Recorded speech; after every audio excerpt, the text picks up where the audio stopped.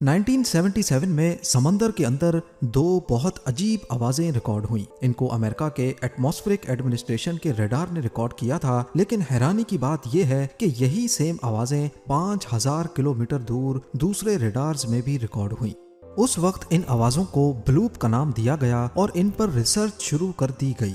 जाहिरी तौर पे ये आवाजें किसी बहुत बड़ी चीज की होनी चाहिए थी। कई सालों तक यही समझा जाने लगा कि समंदर के इस हिस्से के नीचे कोई बहुत बड़ा देव क्रिएचर रहता है, पर सच्चाई क्या है इसके बारे में अभी तक कोई नहीं जान पाया। साउथ पैसिफिक ओशन के ठीक इस पॉइंट पर समंदर का वो हिस्सा मौजूद है जिसकी चारों साइड्स पर हजारों मील तक जमीन का कोई भी हिस्सा नहीं है। पॉइंट नीमो से करीबी आबादी वाला लैंड मास चिली का साहिली हिस्सा है जो 3334 किलोमीटर, जबकि दूसरी साइड पे न्यूजीलैंड है जो 4700 किलोमीटर दूर है।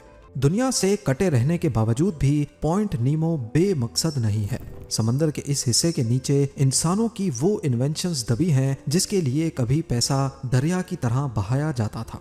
नाजरीन, पॉइंट नीमो साउथ पैसिफिक ओशन में 22 करोड़ स्क्वायर किलोमीटर्स के एरिया पर फैला हुआ है, पर इन 22 करोड़ स्क्वायर किलोमीटर में इंसानों की कोई आबादी नहीं बसती। रिसर्चर्स का मानना है कि यहाँ की कंडीशंस बहुत चैलेंजिंग हैं, जिसमें सी लाइफ के लिए जिंदा रहना मुश्किल हो सकता है। पॉइंट नीमो एक ऐसी जगह पर है जहाँ ओशियानिक करंट्स की वजह से, यानी पानी के तेज बहाव की वजह से न्यूट्रिएंट्स की कमी होती है, और जहाँ भी न्यूट्रिएंट्स कम होते हैं वहाँ प्लैंकटन और दूसरे माइक्रोस्कोपिक ऑर्गेनिजम्स भी कम होते हैं।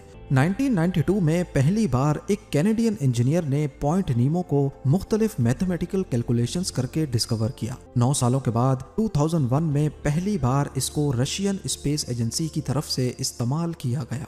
पिछले 23 सालों में ये कब्रिस्तान बढ़ता गया और आज पॉइंट नीमो के नीचे 260 से ज्यादा स्पेस क्राफ्ट्स का मलबा मौजूद है। 1978 में कॉस्मोस 954 जो एक सोवियत सैटेलाइट थी, उसमें कोई मसला हुआ और उसका कांटेक्ट बेस स्टेशन से टूट गया। ये सैटेलाइट तो आसमान में ही जलकर राख हो गई, लेकिन रेडियो एक्टिव मटेरियल पूरे नॉर्थ कनाडा में फैल गया। इसके अलावा 1997 में ओक्लाहोमा से ताल्लुक रखने वाली लोटी विलियम्स पार्क में वॉक कर रही थी कि अचानक उनके कंधे पर कोई चीज आकर गिरी। ऐसे वाकयात फ्यूचर में पेश ना आए, इसी वजह से स्पेस ऑब्जेक्ट्स को ओशन के वीरान हिस्सों के ऊपर ही गिराया जाता है। याद रहे कि स्पेस में क्योंकि हवा नहीं है, प्रेशर नहीं है, इसी वजह से वहाँ किसी किस्म की फ्रिक्शन नहीं होती। यही वजह है कि इनको पॉइंट नीमो के 22 करोड़ स्क्वायर किलोमीटर के एरिया पर टारगेट करके इंसानों को इसके नुकसान से महफूज रखा जाता है। वेसल्स ऐसी लोकेशंस को अवॉइड करती हैं जहां प्रॉब्लम की सूरत में मदद आना मुश्किल हो। पॉइंट नीमो तक पहुंचना और वहां अंडर वाटर रिसर्च करना साइंटिफिक कम्युनिटी का एक ख्वाब है। हो सकता है आने वाले वक्त में यहाँ रिसर्च हो और 1977 में आने वाली आवाज़ों के राज बेनकाब हो सकें।